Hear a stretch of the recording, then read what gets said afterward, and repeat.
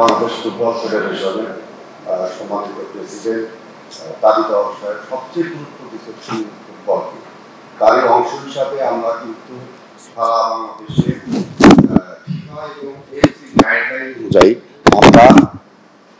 FIFA এবং AFC guideline অনুযায়ী আমরা কিন্তু হলো দায়িত্ব গ্রহণের পরে কিন্তু প্রায় হলো 125টা একাডেমি নিবন্ধিত হয়েছে বাংলাদেশ ফুটবল ফেডারেশনের সাথে। সেক্ষেত্রে আমরা টেকনিক্যাল ডিপার্টমেন্ট এবং ডেভেলপমেন্ট ডিপার্টমেন্ট মিলে আমরা অনেক পরিকল্পনা হাতে নিয়েছি, যেমন কোচিং ডেভেলপমেন্ট, তারপরে তৃণমূল থেকে ফুটবলাররা কেমন করে উঠে আসবে। সেক্ষেত্রে আমাদের 8টা বিভাগ আছে, 8টা বিভাগে আমরা কোচিং সেন্টার চালু করব।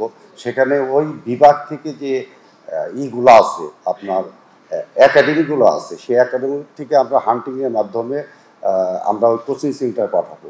ওখান থেকে আমাদের হলো এখানে ইয়ুথ একাডেমি আছে, তারপরে হলো অনূর্ধ্ব 15-17 এই পাইপলাইনটা আমরা এই প্ল্যাটফর্মটা তৈরি করতে চাচ্ছি। তো সেক্ষেত্রে আমরা আরও অনেক কিছু প্রোগ্রাম আছে, আমরা এটা শুরু করেছি। কারণ আমাদের তৃণমূলটাকে যদি শক্তিশালী না করি ফুটবলের উন্নয়ন হবে না। এই জন্য আমি আবারও বললাম যে আমাদের যে প্রেসিডেন্ট তাবিদ সাহেব সবচেয়ে গুরুত্ব দিয়েছেন আমাদের এই তৃণমূল ফুটবলকে এগিয়ে নেওয়ার জন্য।